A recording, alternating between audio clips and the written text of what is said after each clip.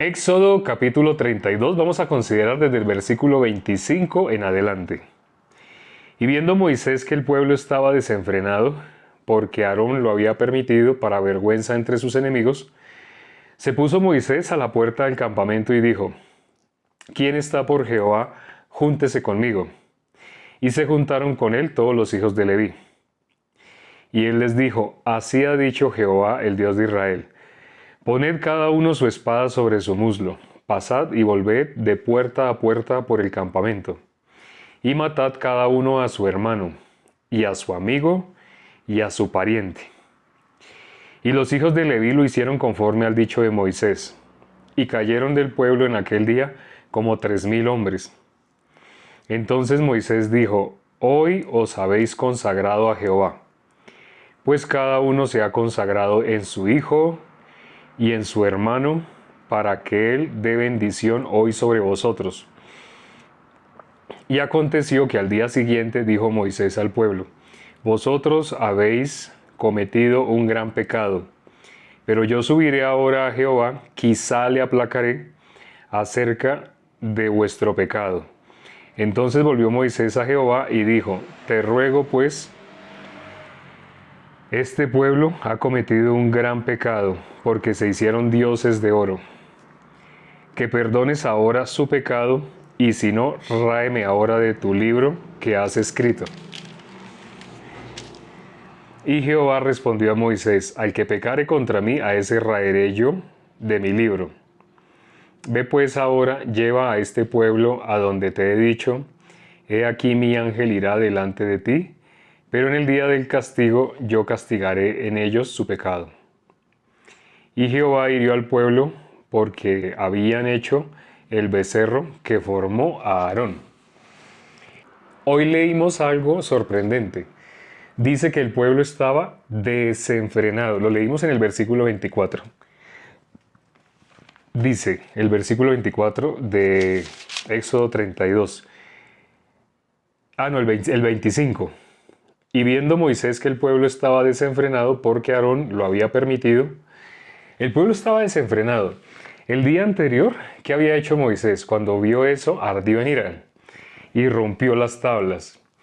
Pero no solo eso, sino que cogió a ese becerro, lo redujo a cenizas, era de oro, pero lo derritió hasta el punto que se convirtió en cenizas. La vertió en agua e hizo que se tomaran el agua. Pero ¿qué está diciendo acá? Que el pueblo estaba desenfrenado. Todavía ellos, como no habían dimensionado lo que habían hecho, pensaron que iba a ser eso, tomar agua, así. El corazón de ellos se había arrepentido, el corazón de ellos tenía algo de pena, algo de remordimiento, aunque sea. No había arrepentimiento en el corazón de ellos, no había nada. Por eso dice, cuando leímos hoy el versículo 25, el pueblo estaba desenfrenado. ¿Cuándo? Al siguiente día. Increíble, ¿no? Increíble. Entonces, ¿qué fue lo que hizo Moisés? Entonces ahí fue cuando les dijo: ¿Quién está por Jehová? La frase famosa, la frase típica que identifica a Moisés. Esa frase que él dijo: ¿Quién está por Jehová? ¿Quién está por Jehová? Júntese conmigo. ¿Con quién estaba? ¿Con quién estaba? ¿Con quién estaba Moisés? Moisés estaba con Dios. Por eso dijo: ¿Quién está con Jehová? Júntese conmigo.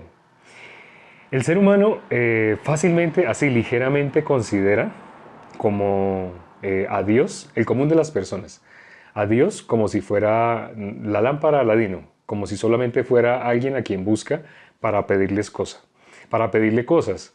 ¿Cómo llamamos normalmente? ¿Cómo llamamos normalmente a Dios, a nuestro Señor Jesucristo? Le decimos Señor, Señor. Pero conocemos qué es lo que Él mandó a hacer. Muchas personas en muchas denominaciones, muchas congregaciones dicen a Dios, le dicen Señor, Señor. Pero curiosamente hacen la tarea que puso Él. ¿Qué tarea puso nuestro Señor Jesucristo? Ir y predicar el Evangelio a toda criatura. Pero el común de las personas, sabiendo que nuestro Señor Jesucristo dijo que predicáramos el Evangelio, cuando le preguntamos a las personas si conocen el Evangelio, hay silencios, se ponen a pensar por primera vez. Increíble, personas que llevan 10, 20 años supuestamente siendo cristianos. Supuestamente siendo cristianos. Pero, ¿cómo llaman? Llaman Señor, a Jesús. Y la tarea que Él puso ni siquiera la conocen. Cuando una persona llama Señor a alguien significa todo lo que Él diga, eso es lo que yo hago. Para ello, ¿qué necesita? Conocerlo muy bien. Hubo personas que cuando estábamos explicando el tabernáculo, que no ha terminado, el tabernáculo quedó como en pausa por un momentico. Porque a medida que vamos avanzando, inevitablemente vamos a volver con el tabernáculo.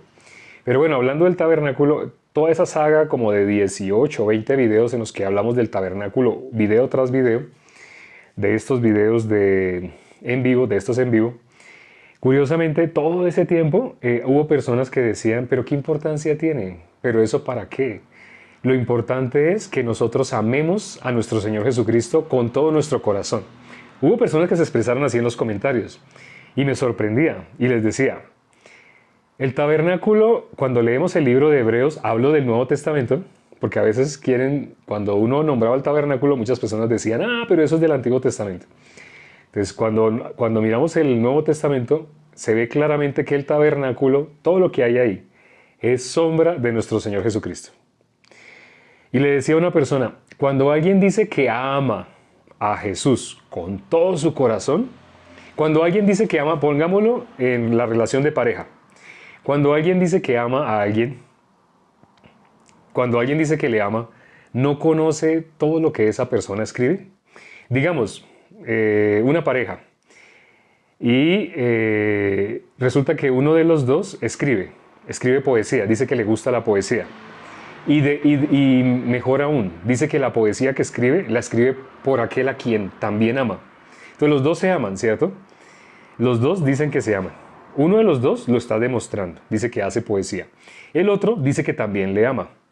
Ha pasado 1 año, 2 años, 3 años y no conoce nada de la poesía de la persona a la que dice que ama. No ha leído nada, no ha leído nunca. O si ha leído someramente algo, lo que de pronto le ha pasado por aparte. Y esa persona ha publicado los libros y están en las librerías, está al alcance de todo el mundo. Peor aún, pongámoslo, esa persona, el que supuestamente le ama, tiene una copia de ese libro en su biblioteca. Dice que le ama y le dice inclusive te juro que te amo. Dice cosas muy hermosas, pero si realmente le ama, ¿por qué no ha leído la poesía que esa persona le dio el libro? Lo tiene en la biblioteca y no lo ha leído. Entonces es igual cuando alguien dice, el tabernáculo, eso pasémoslo por alto. Eso ya no hablemos del tabernáculo porque como eso era en el Antiguo Testamento, solamente hablemos de nuestro amor a Jesús. Me dejaban a mí pensando, ¿cómo alguien puede decir que ama a Jesús y desconoce lo que representa a nuestro Señor Jesucristo? En la Biblia aparece el ejemplo de alguien que realmente en su corazón, de la abundancia del corazón habla la boca. Y bueno, no solamente habla la boca, sino lo que sale de nosotros. Lo que se manifiesta de nosotros es lo que hay en el corazón. No sé si ustedes se acuerdan en el caso de José. José, él también tuvo un sueño. Bueno, él no tuvo un sueño. Él interpretó un sueño, pero él lo interpretó sabiendo lo que significaba ese sueño. El sueño que tuvo el copero, ¿qué sueño tuvo? Dijo que veía la vid, y la vid como que brotaba, y venía a salir su flor, y de ella como que salía fruto, y luego vio los 3 racimos de uva. Cuando vemos ese sueño, ¿qué es lo que está describiendo? ¿Quién es la vid? Nuestro Señor Jesucristo.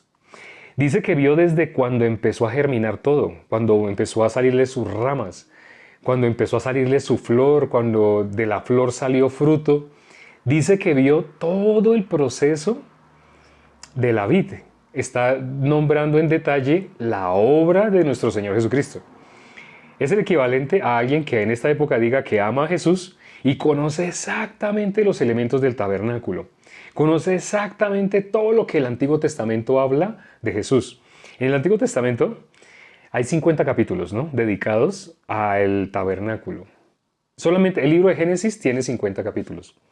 Y si reunimos en el libro de Génesis, si reunimos la historia, los capítulos que se ocupan para hablar de Abraham, el padre de la fe.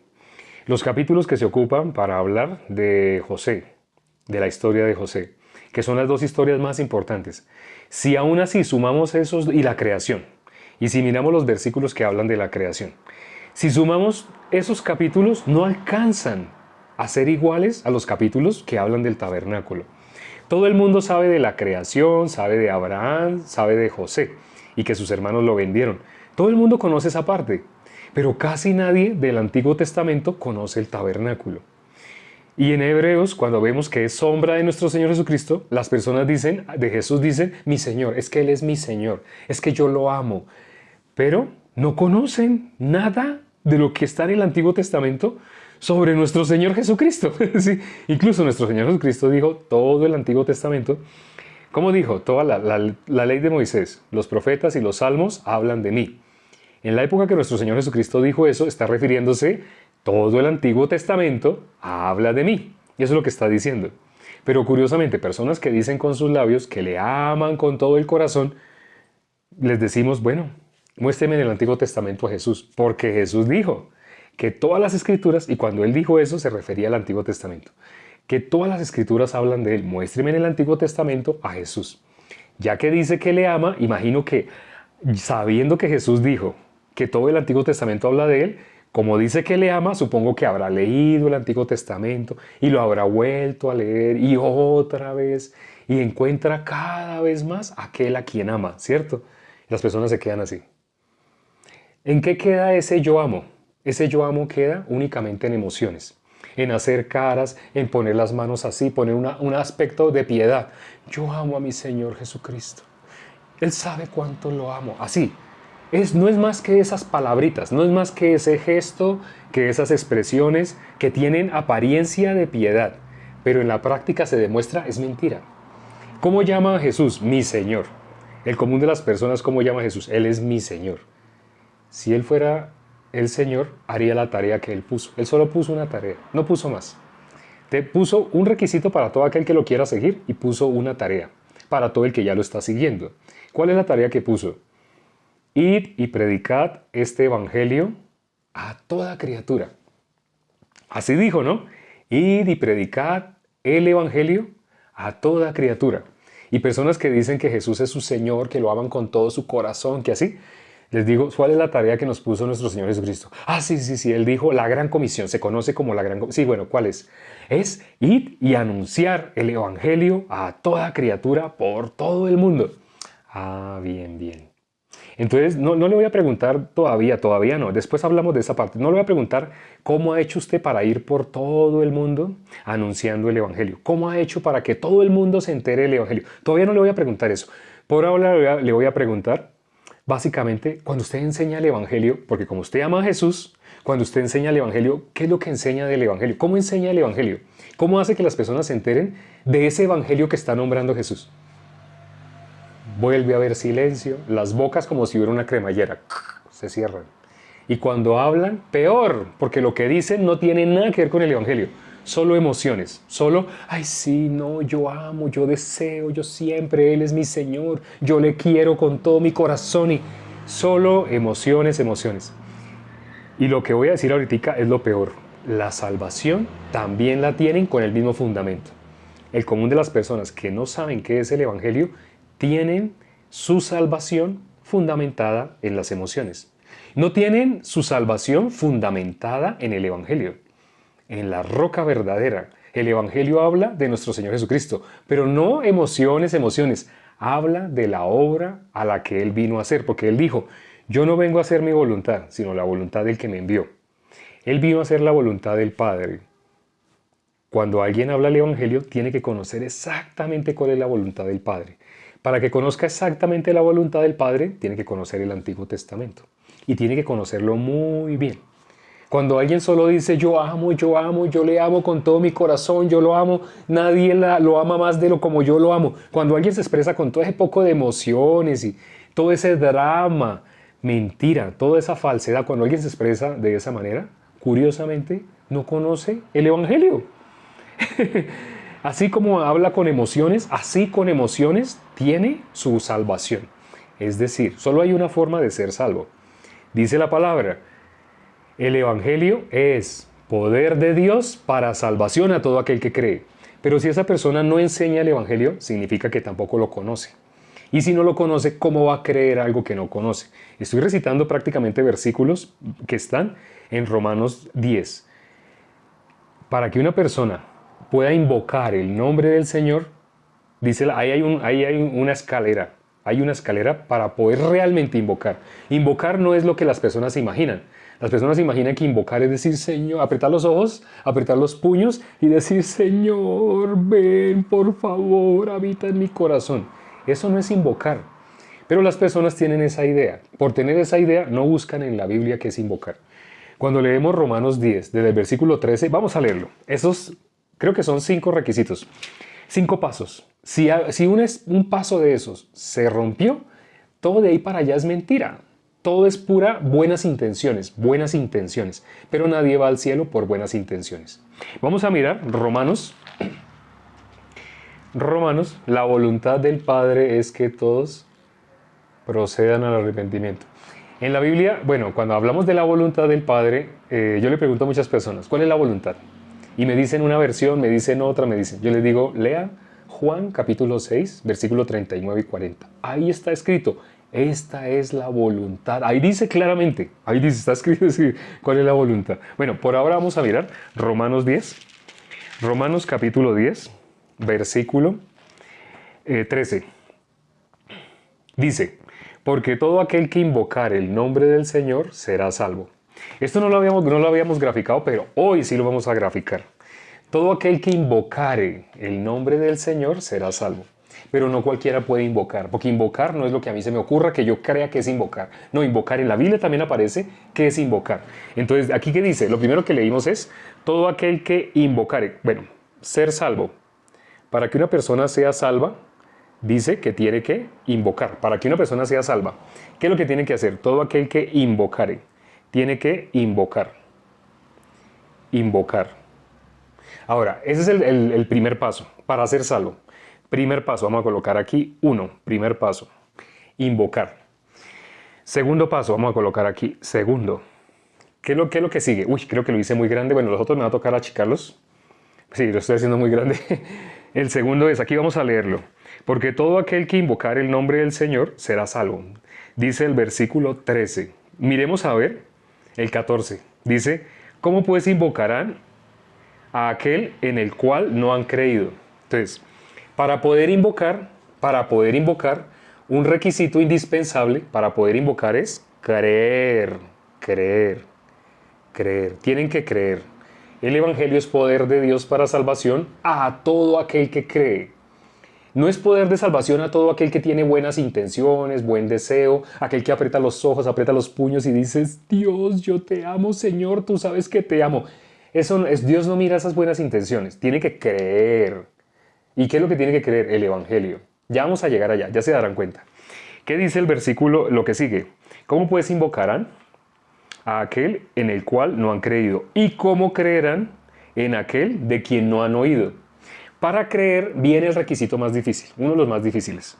Para creer necesita oír. Ya lo voy a hacer más chiquito para que quepa. Tiene que oír.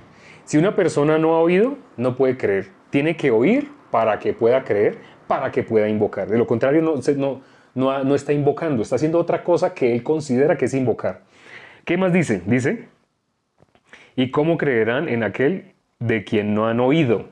¿Y cómo oirán sin haber quien les predique? Ahora, para que puedan oír, alguien les tuvo que predicar. Entonces, es necesario que alguien predique,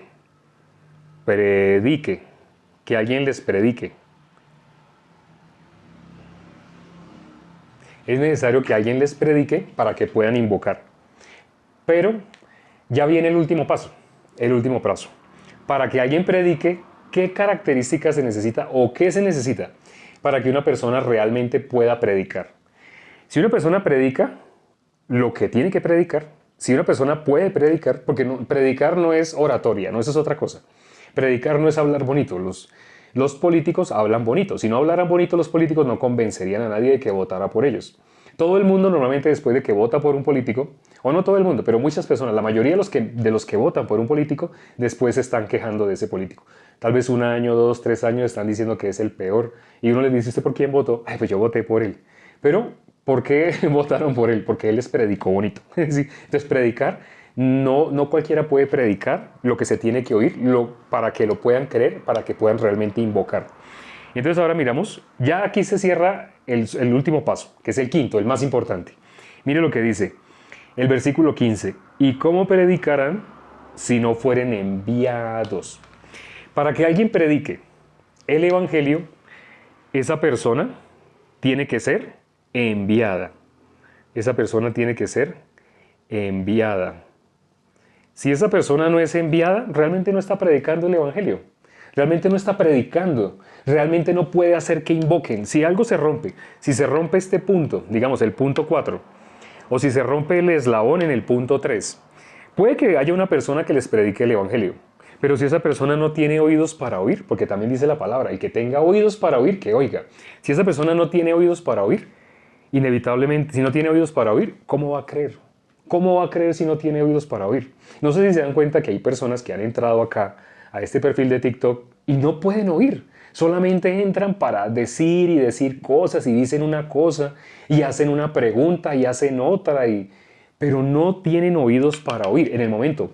La Biblia dice, hace todo decentemente y con orden, 1 Corintios 14. Pero, y bueno, Eclesiastés 3, versículo 10, todo tiene su tiempo. Sí, hay tiempo para hablar, tiempo para expresarse, pero hay tiempo para oír. Pero curiosamente, ¿quién puede oír? No todo el mundo puede oír. Aquí, gracias a Dios, sí, hay personas que ya han recibido la salvación. Cuando alguien ha recibido la salvación, claro, escriba todo lo que quiera. Antes le pido el favor, ayúdeme. Ayúdeme cuando alguien haga una pregunta, dígale dónde contestamos las preguntas. Cuando alguien pregunte dónde puede ver el video, explíquele dónde. Pero una persona que no ha recibido la salvación, ¿y a qué entra? Entra a decir, pero entonces, ¿debemos ayunar o no debemos ayunar? Y luego escribe, pero yo veo que usted está como dando una predicación y yo quiero que usted me conteste mi pregunta. ¿Nosotros debemos o no debemos dar diezmo? ¿Nosotros debemos o no debemos guardar el día de reposo? Y empezar una mano de preguntas si todavía no han podido oír.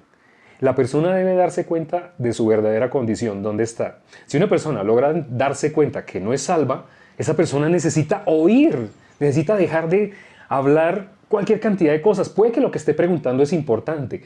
Es importante, después de que reciba la salvación, es importante eso. Primero que debe tener lo que dice Lucas capítulo 1, versículo 77. Vamos a leer Lucas capítulo 1, versículo 77. Lucas capítulo 1, versículo 77. Dice, para dar conocimiento de salvación a su pueblo, para perdón de sus pecados. Aquí dice, ¿no? Para dar conocimiento de salvación a su pueblo, para perdón de sus pecados. Cuando una persona aún no ha recibido la salvación, debe, primero que todo, recibir ese conocimiento para salvación, para perdón de sus pecados. Note que ahí nombra tres cosas. Para que una persona pueda recibir la salvación, debe recibir un conocimiento. Y ese conocimiento le lleva a recibir el perdón de los pecados. No sé si se fijaron lo que dice ese versículo. Para dar conocimiento de salvación a su pueblo, para perdón de sus pecados. Entonces sí, para que una persona sea salva, debe tener un conocimiento. Y ese conocimiento, ¿a dónde le lleva? ¿Cómo le puede dar la salvación ese conocimiento? Porque le lleva a recibir el perdón de sus pecados. Si la persona no ha recibido el perdón de sus pecados, no es salvo. Es lo mismo que este eslabón que vemos acá. Si algo de lo que está acá no se cumple, la salvación para esa persona no está amparada en otra cosa más que en sus emociones. Si aquí cuando dice creer, la persona cree que creer es apretar los ojos, apretar los puños y decir yo creo en mi Señor. Espere, primero que todo, ¿sí es su Señor? ¿Seguro que es su Señor? O su Señor es, no sé, YouTube, Netflix. ¿A qué le dedica tiempo? En su tiempo libre, ¿a qué le dedica tiempo? Bueno, como dice que es su Señor, ¿cuántas veces ha leído la palabra de aquel a quien usted dice que ama con todo su corazón? Porque si una persona dice que ama a Dios con todo su corazón, inevitablemente ha leído lo que Dios nos dejó. ¿Cómo le llamamos a la Biblia? Le decimos la palabra de Dios. Así le decimos, ¿no? La palabra de Dios. Una persona, es mentira cuando una persona dice, yo amo a Dios con todo mi corazón y le preguntamos, ¿cuántas veces ha leído la Biblia? No, pues yo no, es que yo hasta ahora y empieza justificación. ¿Desde hace cuánto tiene la Biblia? No, pues desde cuando yo era niño siempre en mi casa ha habido una Biblia. Bueno, pero usted me está diciendo que es que no ha tenido tiempo. ¿Usted ha leído algo? Sí, yo leí un libro así, que se llama, no sé, La Ilíada. Otro libro como a la mitad de este que se llama El Túnel. Otro libro que se llama tal, otro libro que se llama así. Y coloca libro sobre libro. Ha leído como así de hojas. Y la Biblia, mire cómo es la Biblia de gruesa. Y la Biblia, de quien dice que ama con todo su corazón, a quien dice que ama con todo su corazón, dice que lo ama con todo su corazón, ¿no? El común de las personas dice eso, que ama a Dios con todo su corazón. ¿Ha leído la palabra de Dios? Si ama a Dios con todo su corazón, cuando una persona tenía un noviazgo, cuando tenía un novio, esa persona, el novio le hacía una carta y el novio escribía al final, te amo, y hacía un corazoncito y mandaba así como una boca dibujada, así, describía Moa y decía, te amo. Entonces la persona cuando ve esa carta, como dice que le ama, esa persona coge y la dobla y la guarda en un lugar donde no se vaya a dañar, así. Pero cuando va en el bus, cuando va en el transporte público hacia su casa, vuelve y saca esa carta. Son solo 5 renglones, pero vuelve y lee esos 5 renglones. Lee renglón por renglón, palabra por palabra, y llega hasta el final donde dice, te amo. Y esa persona guarda la carta y al día siguiente sabe qué va a hacer. Es más, esa misma noche, en su casa, antes de acostarse a dormir, vuelve y lee esa misma carta, porque esa persona le ama. Pero una persona dice con los labios, yo amo a Dios con todo mi corazón. Yo le digo, él escribió algo. Como usted ama con todo su corazón, nadie debe conocer lo que está escrito acá mejor que usted. Hablemos de lo que está escrito acá, hablemos de lo que está escrito acá.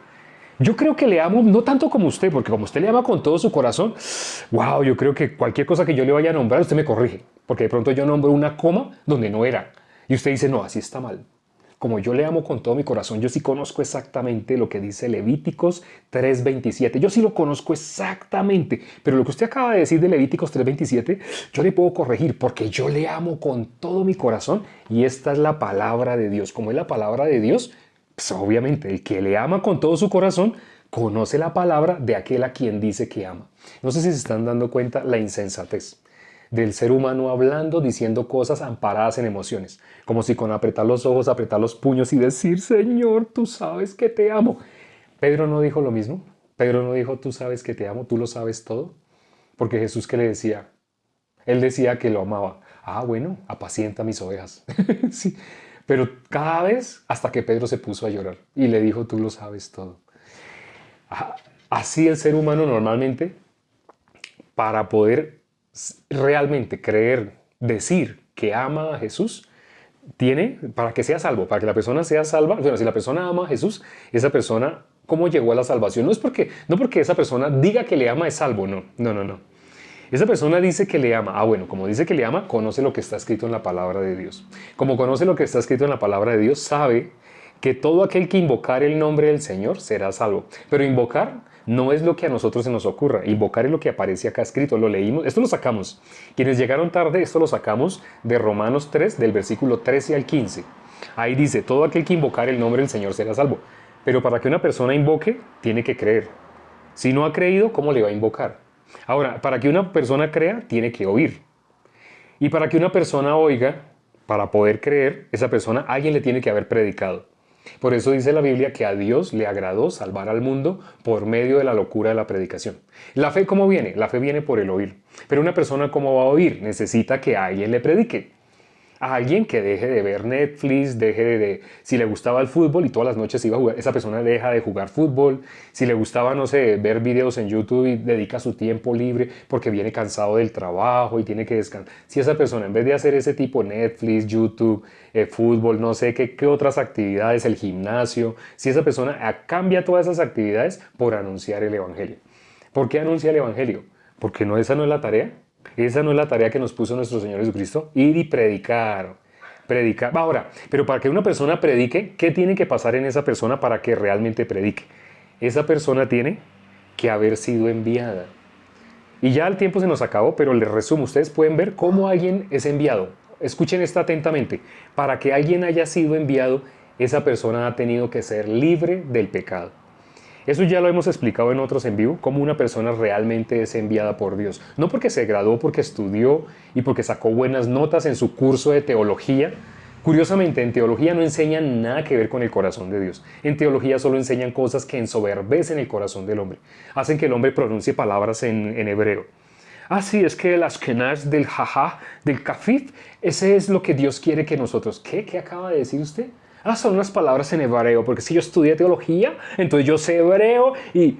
Ah, bueno, ves, ya, espere, dejemos de lado un poquito la teología, explíqueme el Evangelio, porque la Biblia dice el Evangelio es poder de Dios para salvación a todo el que cree. No venga con cosas que lo enaltezcan a usted. Hábleme el Evangelio. Yo he conocido personas que no tienen nada de estudio, no saben escribir, no saben leer y anuncian el Evangelio. Entonces no me venga a mí a hablar en hebreo, en griego y que la palabra en griego y en hebreo significa. Explíqueme el Evangelio. El secreto para que una persona sea enviada, esa persona conoce el Evangelio. Quiere decir, esa persona ha sido libre del pecado. De lo contrario, no puede ser enviada por Dios. Heme aquí, envíame a mí, dijo Isaías. ¿Cuándo Isaías dijo eso? Ustedes lo pueden leer. Si leen el versículo anterior, antes de que Isaías dijera, heme aquí, envíame a mí, 2 versículos antes dice, es quitada tu culpa y limpio tu pecado. Para que una persona pueda ser enviada, tiene que ser limpia de pecado. Si no, ¿qué cosas va a predicar? Va a predicar cosas para que le vaya bien en sus negocios, para que le vaya bien con su familia, para que usted sea una persona buena, cuando Jesús dijo ninguno hay bueno. Todo lo que está escrito en la palabra de Dios es contrario a lo que las religiones nos han enseñado. Es contrario. El 99%, por eso nombra a las 99 que no necesitan de arrepentimiento. Esas 99 ovejas que no necesitan de arrepentimiento son personas muy buenas. Pero Jesús dijo ninguno hay bueno. O sea, esas personas ¿dónde están? En una existencia falsa. Si esas personas en su corazón creen que son buenas por las obras que hacen, por su esfuerzo, por su dedicación, por sus ayunos, sus desvelos, están igual que los fariseos. Igual que los fariseos. Ellos también se consideraban buenos por esas cosas que ellos hacían. Bueno, el tiempo se nos acabó. Hace falta mucho más por compartir, pero mañana vamos a continuar. Estamos leyendo, para quienes no sepan, estamos leyendo la Biblia en orden. Empezamos en Génesis, ya en ese momento vamos en Éxodo 32. Al principio analizamos versículo tras versículo, uno por uno. Incluso habían días que nos dedicábamos 2 en vivos o 3 en vivos a un solo versículo. Ya en este momento estamos avanzando un poquito más rápido y se los advertí que en Génesis al principio teníamos que avanzar así, pero ya después íbamos a avanzar rápido.